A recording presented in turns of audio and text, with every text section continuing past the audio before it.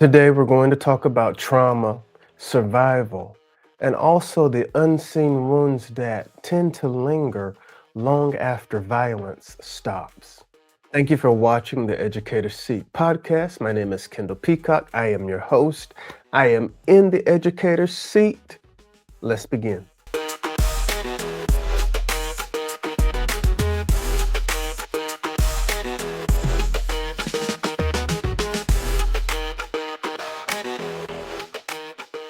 On December 15, 2025, Donovan Joshua Lee Metayer, who is now age 26, was a survivor of the 2018 mass shooting at Marjorie Stoneman Douglas High School in Parkland, Florida. Has died by suicide by battling with years of mental health challenges. It's been said that Donovan was radiant, he was brilliant, he was academically gifted, and he was well known for his humor that could light up a room. But what happened to him on his senior year in Parkland, Florida, changed the trajectory of his life forever. Today, we'll talk about how traumatic experiences like this reshape the brain and the emotional life, how survival doesn't always end suffering, and what schools must do differently to support students who have been exposed to extreme violence. So, this is going to be a little bit of a teaching, and then I'm going to come at the end and I'm going to explain to you what schools must do to help students that have been exposed to extreme violence. Trauma rewires the brain for survival. The moment gunfire went off in 2018 at that high school in Parkland, Florida, the brain's threat response system went off. And scientists know that when someone faces overwhelming danger, the amygdala, that part of your brain that's responsible for the alarm system, it goes into high alert, right? And the prefrontal cortex, which is responsible for reasoning and calm, that system shuts down. That is the brain going into survival mode.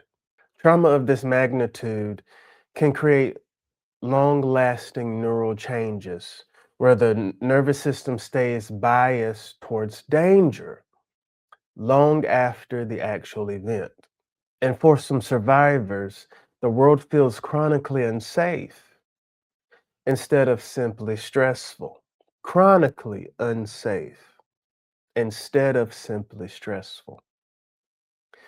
This persistent state of alertness is quite exhausting, and it fundamentally changes how the brain experiences safety, stress, and connection. Trauma becomes threat time.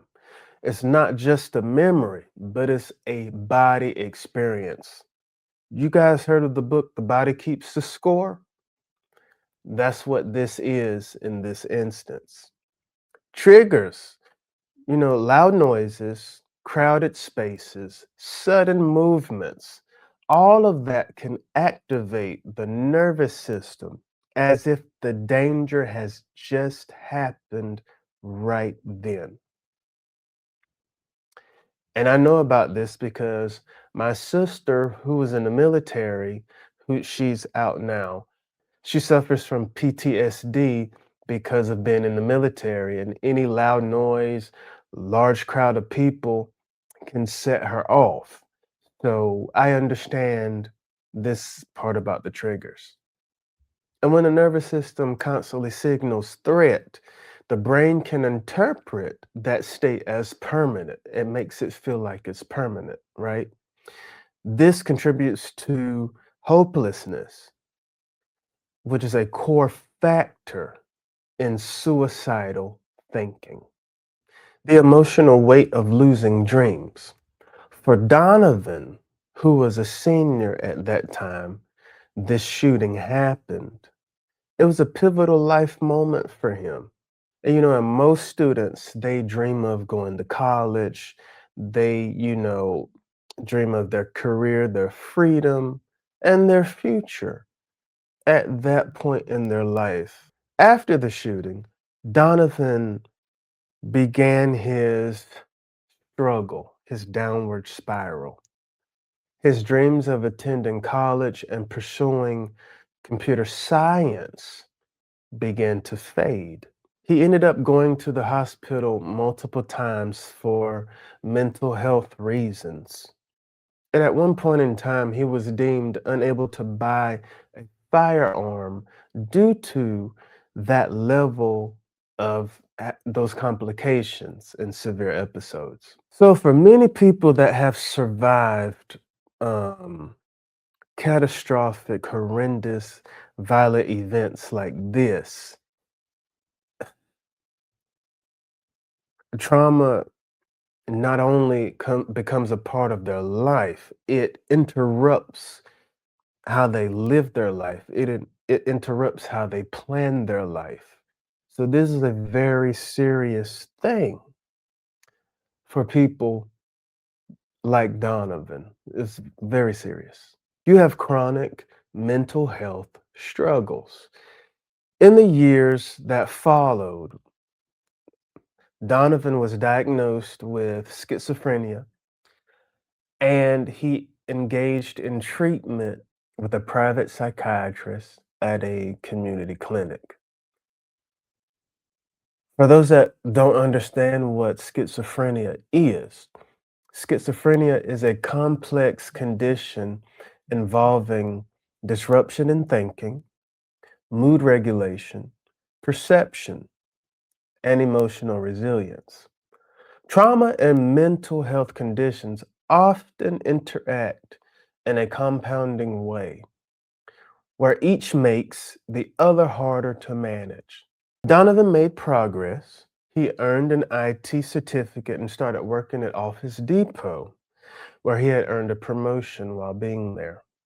Progress is not linear, and for many, it is small advances that are followed by setbacks. But the small things still matter. The danger of losing protective safeguards. This is very, very, very important because earlier this year, Donovan learned that his risk protection order, which is a legal tool that is meant to limit access to firearms for people in a mental crisis, it had lapsed. Within a week of Donovan learning of this lapse, he went and purchased a firearm and went and took his life. And it's heartbreaking to hear all of this in detail. It's heartbreaking. And this heartbreaking detail underscores a critical reality here.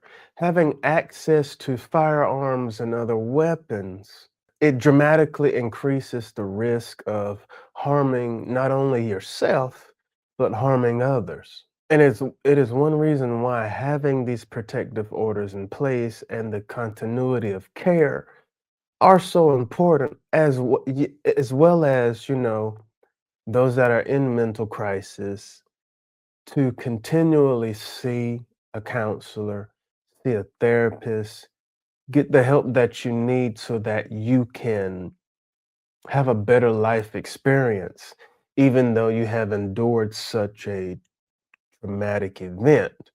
You gotta stay with it so you won't succumb to those things that you have been dealing with.